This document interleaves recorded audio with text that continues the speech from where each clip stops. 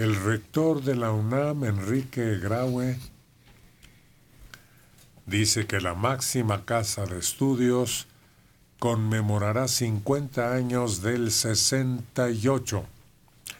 Hay actividades, un programa editorial, la renovación del memorial en Tlatelolco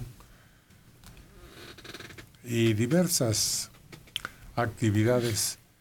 A medio siglo de estos sucesos, la universidad asume la herencia de libertad, pluralidad, conciencia crítica y tolerancia.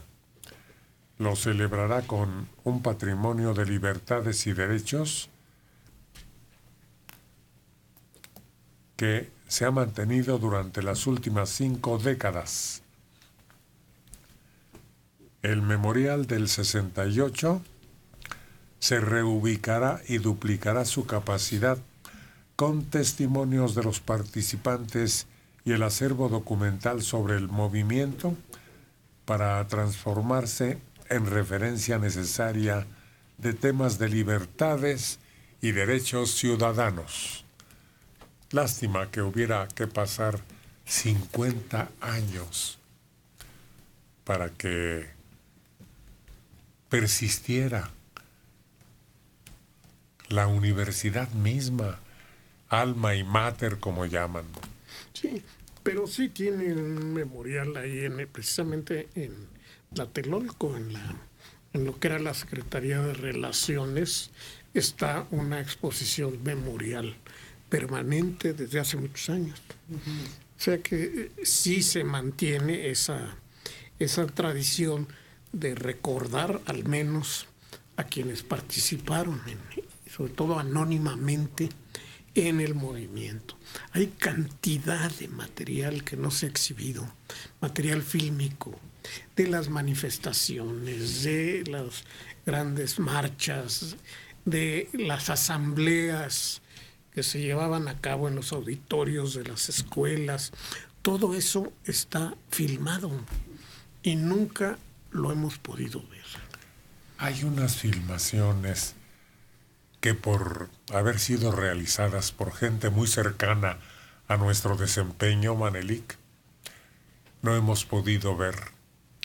Resulta que alguien tuvo la idea de colocar en lo que era la Secretaría de Relaciones unas cámaras cinematográficas potentes, con zoom, ese sistema que acerca, pero que puede confundir en las imágenes de multitudes muchas de las razones que después se explicaron. Si las balas eran de salva, si se dio la orden de atacar a la multitud, si fueron agredidos los soldados con su dirigente en su ingreso que resultó herido. Esas cámaras estaban instaladas a tanta distancia que lo único que ves es el pánico, el corredero y el movimiento general y los disparos desde los edificios donde estaban tiradores específicamente colocados. Sí, nunca se han ni siquiera renovado esas imágenes. Es decir, estudiado, arreglado, porque hay que recordar que esas se agregan a otras que estuvieron en un tinaco no sé cuántos años, escondidos en un tinaco, para que no se las quitaran. En aquel entonces era muy difícil conseguir cámaras, conseguir rollos, conseguir todo. Pero además, cuando vino el gobierno, todos tuvieron que esconder las fotos y todos los materiales que tenían. Solo quedó el recuerdo, pero tampoco hay... Ya se murieron la mayoría de ellos. Y nadie les pidió, a ver, su declaración plena, completa, cronológica. No.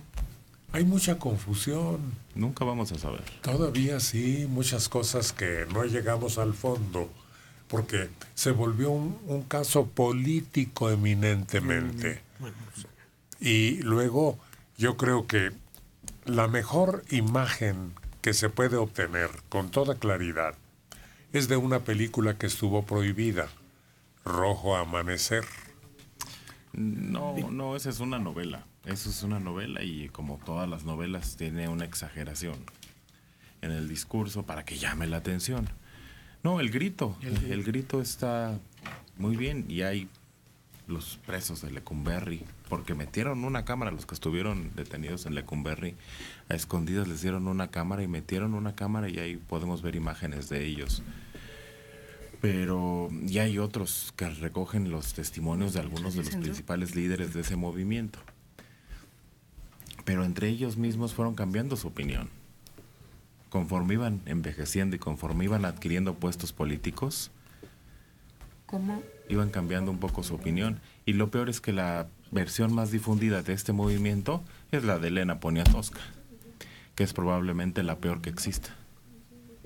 Sí, porque aseguran que no era un trabajo propio, sino de otro de los actores principales.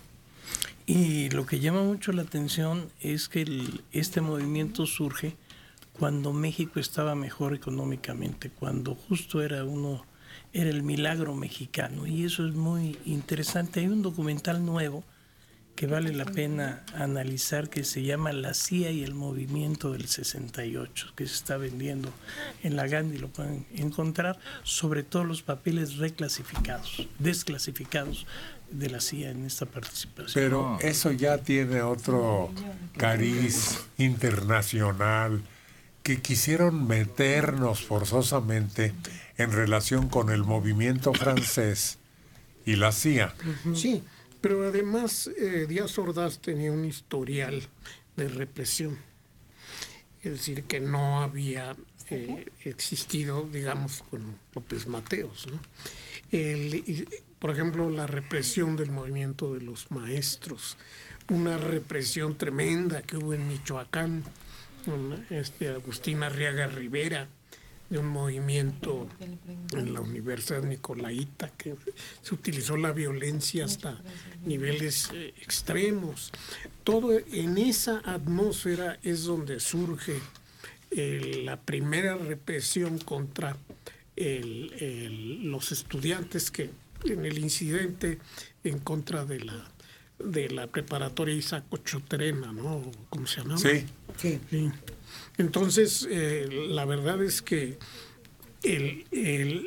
estaba abonado el campo para que surgiera un movimiento de este tipo. La intolerancia del gobierno, el despotismo de Díaz Ordaz era notable. Contrastaba con su predecesor. ¿Quién sabe? Yo no lo sé, porque dicho por gente que estaba en esa época, primero no sabemos, el pleito de la Ochotorena fue un pleito. Fue un pleito que fueron a calmar a macanazos, pero la explosión en la preparatoria 1, hay a quien no le consta, son versiones, claro, ya muy difíciles de comprobar, sobre todo eso, de que la explosión vino de adentro, que no fue un bazucazo de afuera, sino fue una explosión de adentro. ¿Cuándo lo vamos a saber? Pero eso sí es lo que prende a los muchachos. Bueno, si hubiera sido tan represor, no deja las primeras marchas. Hubo muchas marchas antes del 68, porque además eso fue lo peor que le pasó al movimiento. Lo desterramos, pasó de ser un movimiento ideológico de muchachos importante, que no empezó el 2 de octubre, y lo redujimos al 2 de octubre. Toda la ideología, todo el movimiento, todas las marchas que hubo antes. Si hubiera habido un estado represor, no hubiera habido marchas antes. Hubo boteos, marchas. Bueno, no se subió uno hasta el asta del Zócalo, de plano locura estudiantil. Entonces, en ese momento les hubieran dado un estate quieto y no se los dieron. Estaban muy tranquilos con los muchachos. Hubo pláticas de acercamiento con ellos. Pláticas muy importantes que hubieran cambiado esto. Entonces yo no hablaría de represión, yo no lo sé. Y el movimiento quedó reducido en 2 de octubre a la nota roja, que tampoco se comprobó. Bueno, pero espérate, tuvo su derivación, Manelik, con el Jueves de Corpus, No. en donde sí ya el movimiento represivo estaba en manos del Distrito Federal. Así es, sí. Ya precisamente desde el gobierno anterior, el Corona del Rosal manda organizar este grupo de irregulares. ¿Sí? Pero sí, la represión había empezado tiempo atrás de Tlatelolco. La toma de la universidad y del Politécnico, sobre todo la del Politécnico fue una batalla campal. A tiros. A tiros. Y ocurrió una semana o 2 semanas antes de Tlatelolco. Entonces ya se sabía quien fue esa manifestación en Tlatelolco, estaba consciente de que podía haber una gran represión. No lo sabía, ni siquiera estaba planeado que fuera un mitin, sino una marcha. De último momento se decidió. Sí, pero por el empeoramiento del clima de aceptación de este tipo de movimientos por parte de la autoridad. O sea, le surgía acabar con él antes de que iniciara los Juegos Olímpicos.